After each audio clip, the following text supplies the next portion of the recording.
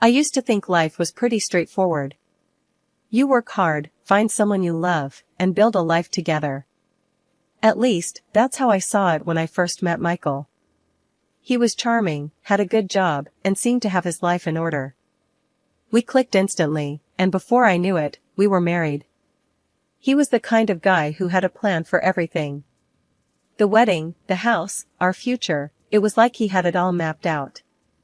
I guess I got caught up in it all, thinking I'd hit the jackpot. "Susan, love, you don't need to work anymore," Michael said to me, shortly after our honeymoon. "I've got us covered. You can focus on the house, and soon, we'll start our family." Won't that be wonderful? It sounded nice at the time. No more waking up early for the daily grind, no more dealing with office politics. Just a peaceful life at home, taking care of the man I loved and our future kids.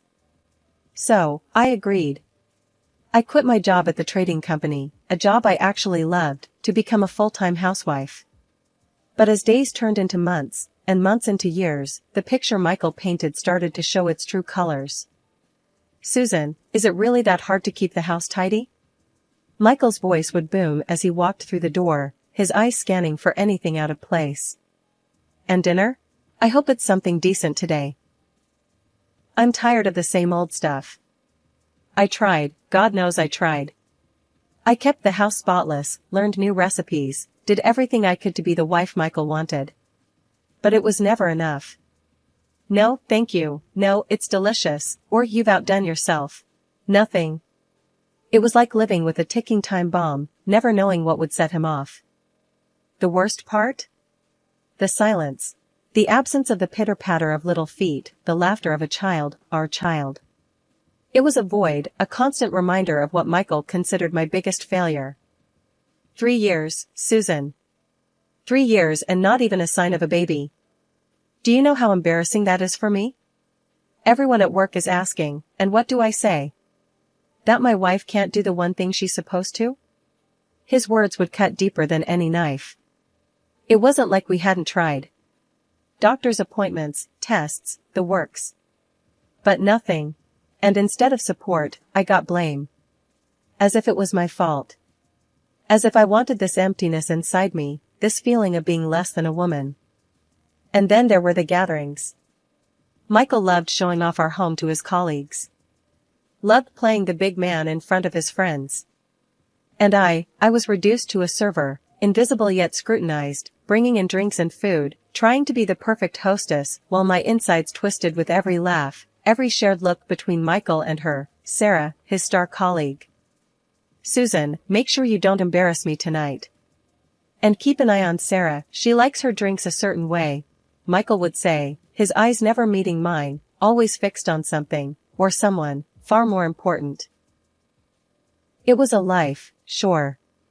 But it was a life unraveling, thread by thread, until I felt like I was nothing more than a shadow in my own home, a ghost of the woman I once was. The days began to blur, each one a mirror of the last. Wake up, clean, cook, try to dodge Michael's sharp comments, then sleep, and repeat. It was like living in a loop, a never-ending cycle of chores and criticisms. The house that was supposed to be a home felt more like a prison, and I, its unwilling inmate. "Susan, are you even listening?" Michael's voice snapped me out of my thoughts one evening. I looked up to see him glaring at me, a crease of annoyance on his forehead. I said, "The Hendersons are coming over for dinner tomorrow. Make sure everything is perfect. I won't have you embarrassing me in front of my boss." I nodded, my voice barely a whisper. "Yes, Michael. I'll take care of it." It was always about keeping up appearances, making sure everyone else saw the perfect picture, even if the frame was cracking at the edges. The next day was a flurry of activity. Cleaning, polishing, cooking, the house had to be spotless, the food nothing short of exquisite. It was exhausting, but I had learned long ago that it was better to just do it than to face Michael's wrath. The Hendersons arrived, all smiles and pleasantries. I played the part, the dutiful wife, serving and smiling, but inside, I was screaming. Screaming for a way out, for a moment of peace, for a life that felt like mine. After they left, Michael was in high spirits, the evening a success in his eyes. "See, Susan? When you actually try, things go well. Keep this up, and maybe there won't be as much to complain about." His words stung, but I bit back the tears. Crying never helped, it only made things worse. So, I cleaned up, washing the dishes as the weight of Michael's expectations and my own helplessness settled on my shoulders like a lead cloak. The next morning, I woke up feeling off. My head was spinning, and my stomach churned. I brushed it off, thinking it was just exhaustion or maybe something I ate. But when it happened again the next day, and the day after, I couldn't ignore it anymore. "Michael, I think I need to see a doctor," I said one morning, trying to keep my voice steady. "I've been feeling really sick lately, and it's not getting better." He barely looked up from his phone. "What now, Susan? Can't you handle a simple stomach bug?" "Fine, go see a doctor if you must, but make sure it's quick. You know we have plans this weekend." The doctor's appointment was a blur. Tests were run, questions asked, and then the wait. The wait that felt like an eternity. And then, the news I never expected, the news that changed everything. "Congratulations, Mrs. Taylor, you're pregnant," the doctor said, her smile warm and genuine. Pregnant. The word echoed in my mind, a beacon of hope in the fog of my life. I was going to be a mother. A mix of joy and fear washed over me. Joy for the life growing inside me, and fear for how Michael would react. I rushed home, the news burning a hole in my pocket. "Michael," I said, bursting through the door, my heart racing. "I have something to tell you. We're going to have a baby." He looked at me, his expression unreadable. "A baby, huh?" he said, his voice flat. "Well, don't expect this to change anything, Susan. Pregnant or not, you still have your responsibilities here." His words hit me like a bucket of cold water. This was supposed to be a moment of happiness, of shared dreams coming true. Instead, it was just another cold reminder of the life I was trapped in. With the pregnancy confirmed, life took on a strange new rhythm. My body was changing, reacting in ways I had never anticipated. Morning sickness became my constant, unwelcome companion, making the already tough days feel endless. "Susan, what's wrong with you these days? You're moving like a snail," Michael barked one evening as I struggled to keep up with the household chores, my body heavy and my mind foggy from exhaustion. "I'm just tired, Michael. The doctor said it's normal during the first trimester," I replied, trying to mask the nausea that threatened to overwhelm me. "Normal? There's nothing normal about slacking off. You wanted this baby, now deal with it. But don't let this house turn into a mess," he retorted, his voice void of understanding or empathy. The harshness in his words stung, but it was nothing new. I had learned to swallow the pain, to keep my head down and carry on. But inside, a fierce protective instinct was growing. This baby, my baby, was depending on me, and I wouldn't let Michael's coldness dim the light of hope that was slowly, tentatively, beginning to grow within me. One evening, as I was setting the table for one of Michael's dinner parties, the room started spinning. The clatter of the plates and the murmur of conversation faded into a distant hum as everything went black. When I came to, I was lying on the couch, Michael standing over me, his expression a mix of annoyance and concern. "What the hell, Susan? You're making a scene in front of my guests. Get up and get yourself together," he hissed, his words laced with embarrassment rather than worry. I think I fainted," I muttered, my voice weak, my body trembling. "Fainted? Don't be dramatic. Just get up and finish dinner. And try not to embarrass me any further," he snapped, turning away to rejoin his colleagues as if nothing had happened. The following day, after another round of nausea and dizziness, I knew I couldn't ignore my body's signals any longer. "Michael, I need to see the doctor again. Something's not right," I said, my voice firmer than I felt. "Again? What now, Susan?" "You're pregnant, not incapacitated. Handle it," he replied, barely looking up from his phone. But this time I didn't back down. "No, Michael. I'm going." This isn't just about me anymore. It's about our baby, and I won't take any risks, I said, the protective fire within me burning brighter, stronger. The doctor's visit confirmed my fears. You need to rest, Mrs. Taylor. Your body is telling you it's time to slow down. The stress and physical strain could be dangerous for you and the baby, the doctor warned, her words echoing my own thoughts. Armed with the doctor's advice, I returned home, ready to confront Michael, ready to fight for the well-being of our child. Michael, we need to talk. The doctor said I need to rest more, that the stress and the work around the house could be dangerous for the baby, I said, my resolve unwavering. Rest? Who's going to take care of everything then, Susan? You expect me to start doing your job now, he scoffed, his tone dismissive, his eyes cold. No, I don't expect you to do anything. But I won't risk our baby's health. I won't. I need to go to my parents, I replied, the words pouring out, fueled by a newfound strength and the fierce love for the tiny life growing inside me. The conversation was far from easy, the resistance from Michael palpable. But the faint hope that had started this journey was no longer faint. This baby, my baby, was going to have a chance at a life filled with love and warmth, no matter what it took. The days at my parents' place were like a balm to my bruised soul.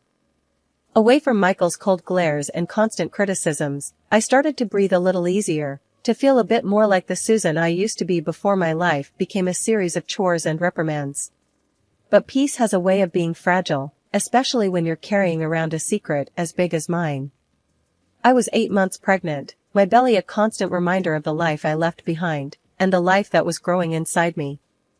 And then, that one call shattered the fragile peace I'd been clinging to. Susan, you gotta hear this. My friend Lisa's voice was urgent, a low whisper on the other end of the line. I saw Michael yesterday. And guess what? He wasn't alone. That woman from his office, Sarah, it's like they're a couple, Susan. My heart sank, a cold dread settling in the pit of my stomach. It wasn't just the betrayal, the blatant disrespect. It was the realization that the man I had married, the man I had built a life with, saw me as nothing more than a convenience, easily discarded, easily replaced. Are you sure, Lisa? It's Michael. My Michael, I managed to say, my voice a mere whisper, the words tasting like ash in my mouth. Susan, I wouldn't tell you this if I wasn't 100%. I'm so sorry, girl. But you deserve better, you and your baby. Lisa's voice was firm, a stark contrast to the chaos swirling inside me. I hung up, my mind a whirlwind of emotions. Anger, hurt, disbelief. But more than anything, a fierce determination to not let this be the end of my story. Mom, Dad, we need to talk, I said later that day, my parents sitting across from me in the living room, worry etching their faces at the seriousness in my voice. What's wrong, honey? My mom asked, her eyes searching mine, looking for a clue, a hint of what was tearing me apart inside. It's Michael. He's been seeing someone else. Someone from his office, I said, the words coming out in a rush, the truth laying bare the wound that was still fresh, still bleeding. My dad's face turned a shade darker, his jaw setting in that way it always did when he was about to lay down the law. That scumbag. I knew he wasn't good enough for you. What are you going to do, Susan? I want to fight back. I want to make sure he doesn't just walk away from us, like it's nothing. I want to make sure he knows he can't just toss us aside, I said, the words fueled by a mixture of hurt and a newfound strength. And so, the plan was set in motion. My dad's friend, a former cop turned private investigator, was our best shot at getting the evidence we needed. Evidence that would show the world, show Michael, that I wasn't just a forgotten wife, a discarded piece of his past. Susan, I'll take care of it. You just focus on yourself and the baby. We'll make sure this guy gets what's coming to him, the investigator, a grizzled man with eyes that had seen too much, assured me. Weeks rolled by, each one stretching longer than the last. The house, usually filled with tension, was now brimming with a silent storm, the kind that threatens to shatter everything in its wake. The private detective had done his job well, too well. The evidence he handed over was damning photos and videos that left no room for doubt. Michael's infidelity was laid bare, each image a stab in my heart. And Sarah, his colleague, the woman I had reluctantly hosted at my husband's request, was at the center of it all. "Can't believe this, can you, Susan?" my mom muttered as we sifted through the evidence one evening. Her face was a mix of anger and sympathy, her hand squeezing mine in a silent show of support. "You gonna let him get away with this? After everything?" I wiped my eyes, the reality of my situation settling like lead in my stomach. No, I can't. But it's not just me anymore. It's her too, I said, my hand instinctively resting on my swollen belly. The baby, my little girl, was due any day now, and she was all that mattered. The birth was a whirlwind, a mix of pain, fear, and overwhelming love. When they placed her in my arms, her tiny fingers curling around mine, the world faded away. She was perfect, a tiny beacon of hope in the storm that was my life. Back at my parents' house, the atmosphere was a mix of joy and worry. My parents doted on their granddaughter, their happiness tinged with concern for the future. "Susan, she's beautiful. She's got your strength, I can tell," my mom said softly, her eyes meeting mine with an understanding that went beyond words. I smiled, the weight of the past weeks easing a bit in her presence. "Thanks, Mom. She's what's keeping me going." My dad, ever the protective figure, glanced at the file that had been burning a hole in my mind. "What's the plan, Susan? You ready to face this storm head-on?" I looked at my daughter, her presence a silent reminder of the strength I had to muster. For her, I'll face anything. The air in my parents' home, usually thick with the scent of Mom's cooking and Dad's aftershave, had shifted. It was just days after my life had changed forever, bringing my daughter into the world. Her arrival was a slice of heaven in the turmoil that had become my life. Then, like a cold gust on a winter morning, Michael stormed in. His entrance was as subtle as a thunderclap, his eyes darting around, blatantly ignoring the tiny miracle in my arms. "Susan, this circus has gone on long enough," Michael began, his voice sharp, cutting the air. "I didn't marry a woman to have her lounge at her parents' place. It's time you returned and did what you're meant to do. I'm not bleeding money for a cleaner and a cook when I have you." I tightened my grip on my daughter, her innocence a stark contrast to the bitterness in front of me. "Michael, you're living in a fantasy if you think I'm stepping back into that house, back into that life. It's not happening." His laugh was cruel, devoid of humor. "Oh, really? And how do you plan on surviving, Susan? If you think I'm going to let you walk away with half of what's mine, you're sorely mistaken. I'll divorce you and make sure you don't get a dime." The audacity of his threat was almost laughable. Almost.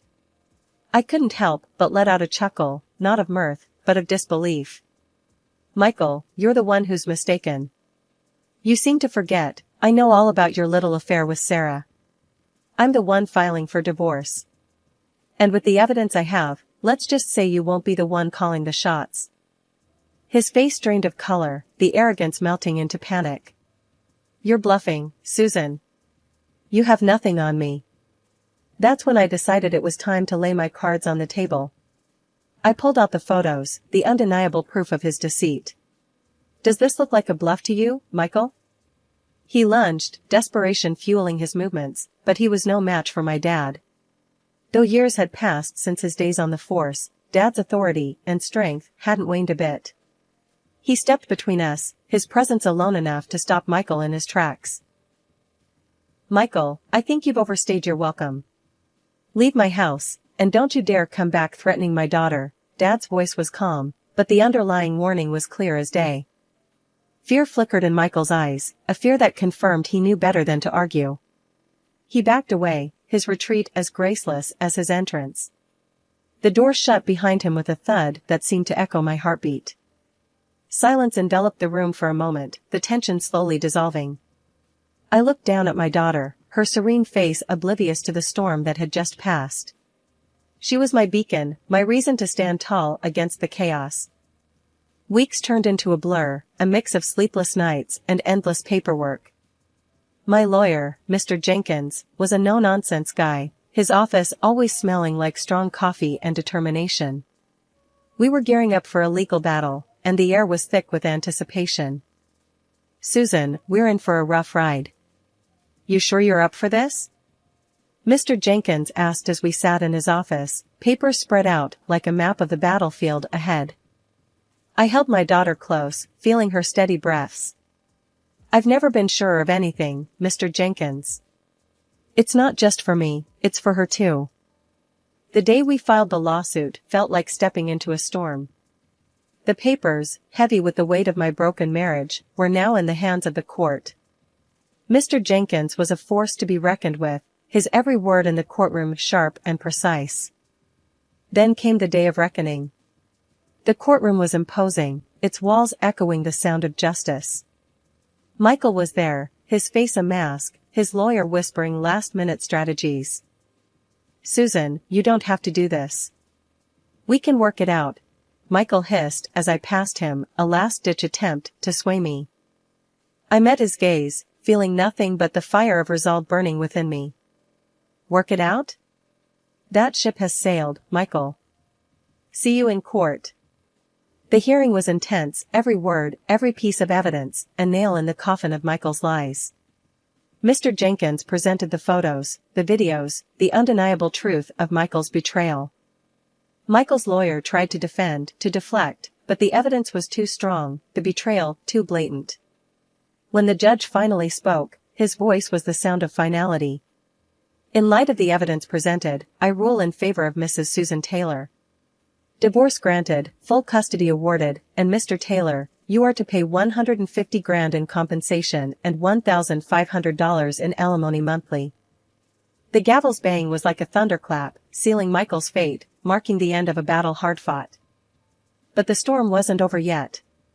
The ripples of our legal battle spread, reaching the place where it all started, Michael's office. His superiors didn't take kindly to the scandal, the affair that had spilled into the public eye. Michael was demoted, the golden boy image he had cultivated shattered by his own actions. And Sarah, the other half of the deceit, found herself out of a job, her involvement with a married man staining her reputation beyond repair. The dawn of a new day never felt so real, so vivid. The courtroom battles were behind us, the storm had passed, and the world seemed to be opening up with possibilities. My daughter, now a constant source of joy and strength, was growing fast, her giggles filling the house that once echoed with arguments and despair. One morning, as the sun spilled its golden light through the windows, Mom walked into the kitchen, her smile as warm as the coffee she poured. "You know, Susan, seeing you and this little munchkin makes all the worries fade away. You've done well, really well." I looked up from feeding my daughter, her tiny hands grabbing at the spoon. "Thanks, Mom. It's been tough, but she makes it all worth it." Dad came in, his presence always so reassuring. "Susan, you've shown what real strength is. And this little one," he said, gently tickling my daughter's chin, "she's got a great mom." The days were no longer a countdown to another argument or a court date. They were filled with laughter, baby talk, and plans for the future. I had gone back to work, my old job at the trading company welcoming me back with open arms. Balancing motherhood and a career wasn't easy, but it felt right, like pieces of a puzzle, finally fitting together. The journey hadn't been easy, but it had led me to a new dawn, a fresh start. As I looked around, at the photos of my daughter, at the home filled with love and support, I knew that this was just the beginning. A new chapter, not just for me, but for my little girl, a chapter where the skies were clear, and the possibilities endless. The dawn had broken, and with it, a world of hope and promise had opened up. The storm was behind us, and ahead lay nothing but the warm glow of a new day.